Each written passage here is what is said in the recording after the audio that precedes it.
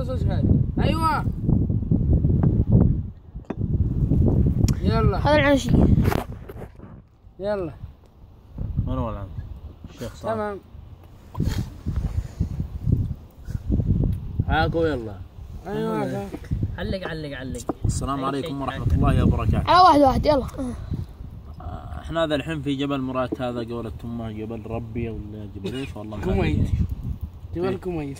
في 2 خيام يعني كلام فاضي. راسل والله صراحة. ثنتين حوايج.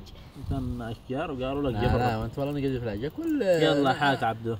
على حسب المحافظة اصلا هي صغيرة، والصراحة يعني شيء طيب، استراحات حلوات مظللات ولعب اطفال هادئة وملعب رياضي، بس ما بش فيها اوادم.